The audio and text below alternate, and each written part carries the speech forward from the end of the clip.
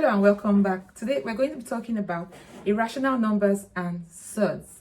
You know, there are so many different types of numbers, and irrational numbers are just another type of numbers. So we could have a number like 5, which as a decimal, it would be written as 5.0, right? But as a fraction, that would be 5 ones. Yeah, 1, 2, 3, 4, 5. 5 ones. So 5 over 1, 5 out of 1. Yeah, 5 ones. You could also have a number like 0.5, which is a decimal. Yeah, but we can write it as an exact fraction as a half, because that's 5 over 10. And 5 over 10, when you simplify it, that would be a half, right?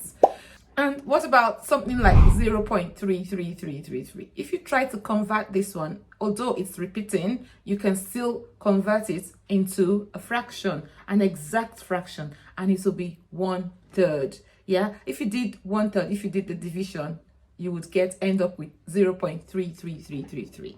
So fractions behave differently when you try to divide them, actually, when you try to evaluate them. So something like 0.5 will terminate. So you've got terminating decimals. Yeah, it will terminate 1/2 in your calculator. It'll give you 0.5, and that's a terminating decimal. It's ended. There's no pattern, there's no behavior. But sometimes they repeat, and we call those types of decimals recurring decimals. Yeah, so they repeat. They can just repeat into the same number, repeating, keep on repeating, 3 after the decimal point. Or you could have them sometimes they take a little bit of numbers to start off. So it could start with something like 1 till 5, then 3 2 3 2 3 2 3 2. Yeah, it will take a few numbers to settle down, and then when it settles down into a cycle, it will start cycling. Or you could get it just start off cycling immediately. So you have the cycling ones, you have the terminating ones, you have the ones that just keep on repeating the same number. But you have these special numbers that don't do any of these things. They don't conform. Yeah, and that's where irrational numbers come in. They don't conform. They don't repeat. They don't cycle. They don't terminate. You just have this long string of numbers that just keep on coming, and they are just unpredictable, like the good old famous number referred to as pi. Yeah, that's the most popular example of an irrational number. Pi is just a string of numbers, 3 1 5 blah blah blah blah, which it just goes on almost forever. It's not cycling, it's not repeating, it's not trying to settle down. It's just going on, just a string of numbers. That's why we call it an irrational number. It's irrational. We cannot predict the behavior. Yeah, that's why we call it an irrational number. The fraction 22/7, which we use to represent pi in primary schools and sometimes in early secondary school, yeah, is not really the exact fraction. Okay, it's not the exact fraction, just the closest. It's just the closest approximation to pi.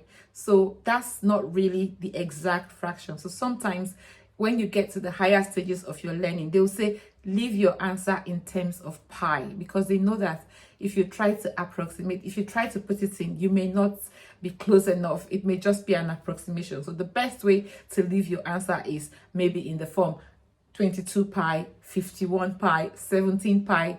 Yeah, that's how we leave it, because we don't know what exactly it is.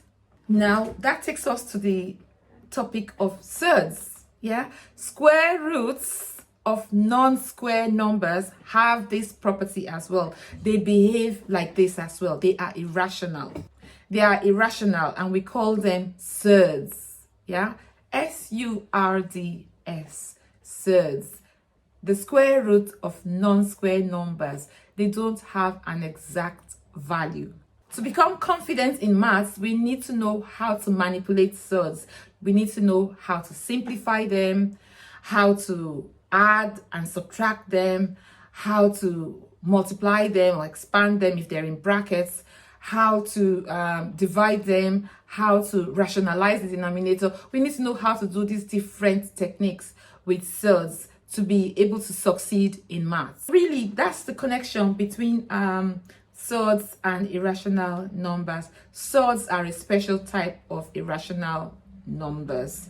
I think because we like to give little chunks of information at a time, I would say let's stop it here for today so that you don't get like overwhelmed with so much information, and we shall continue in the upcoming videos. Yeah, so look out for the upcoming videos where I'm going to be talking to you about adding and subtracting surds, multiplying surds, dividing surds, rationalizing the denominator using conjugate pairs, and so on and so forth. So manipulating surds basically. Let me end it there. Thank you for watching. I shall see you in another one. Bye. Bye.